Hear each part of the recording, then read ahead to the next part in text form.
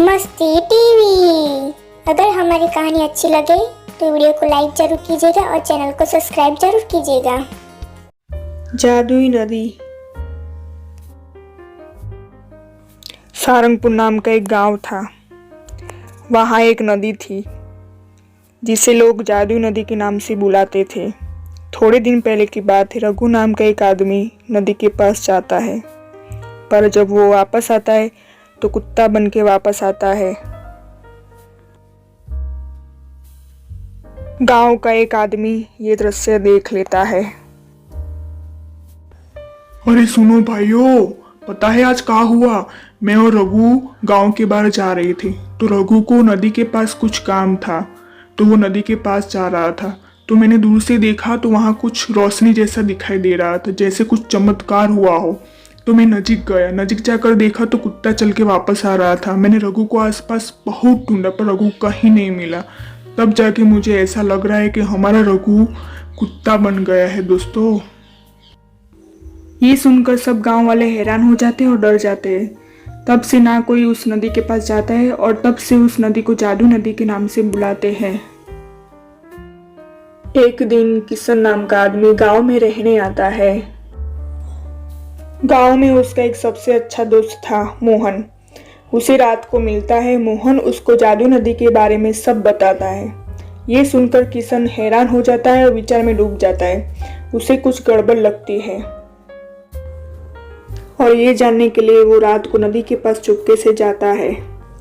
वहां उसे कालू नाम का आदमी कुछ खोदते हुए दिखता है और वो बोलता है, कहाँ काट के रखे हो कि पिताजी ने सोने की सिक्के की पोटली? ये बात सुनकर किशन को सब समझ में आ जाता है और वो मोहन के पास जाकर सब बात बताता है। ये बात सुनकर मोहन हैरान हो जाता है और किशन उस कालू को पकड़ने के लिए एक योजना बताता है। योजना के मुताबिक किशन और मोहन कालू को बात सुनाई दे वैसे जोर जोर से बात करते हैं। एक राज की बात बताता हूँ। मैं गांव में जब आ रहा था तब मुझे जमीन से ठोकर लगी और मैंने देखा कि जमीन के अंदर कुछ है। मैंने देखा कि सोने की पोटली थी, उसमें सोने के सिक्के थे और मैंने उसे अपने घर में रखी है। उसे कल मैं सरपंच जी को दे दूंगा। ये बात सुनकर कालू हैरान हो जाता है और डर जाता है। मुझे आज रात को ही किशन के घर जाकर वो सोने के सिक्के की पोटली चुरानी होगी, किसी भी हालत में। जब रात को किशन अपने घर में नहीं होता तो कालू उसके घर में चुपके से आता है और वो सोने के सिक्के की पोटली यहाँ वहाँ ढूंढने लगता है। उस किशन ने कहाँ रखी होगी मेरी सोने की सिक्के की पोटली? और तभी पीछे से किशन और मोहन आते हैं। रुक जाओ कालू, क्या ढूंढ रहे हो? सोने की सिक्के की पोटली? जो तुम यहाँ ढूंढ रहे हो वो यहाँ है ही नहीं। तुम पकड़े गए हो। अब सब सच बताना, क्यों किया तुमने ये सब? झूठ मत बोलना। तब कालू डर जाता है और घबराते हुए सब बात बताता है। मुझे माफ कर दो, हम दूसरे गांव के रहवासी हैं।